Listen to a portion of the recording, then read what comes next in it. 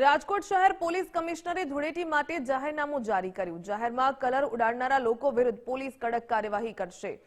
ખાસ કરીને racecourse ring road પર ખાસ સી ટીમ તૈયાર કરવામાં આવી છે। ત્યારે નિવૃત્ત આર્મી એસોસિએશને પોલીસ કમિશનરની પાસે માંગણી કરી કે દર વર્ષે જાહેરનામું બહાર પડે છે, પરંતુ અમલવારી પર સવાલ।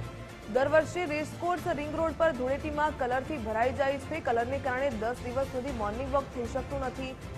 હવે પોલીસ કમિશનરની પાસે જાહેરનામાની કડક અમલવારીની માંગ કરાઈ। ધૂળેટીના દિવસે રિંગ રોડ પર કલર ઉડાડવા પર સખત કાર્યવાહી।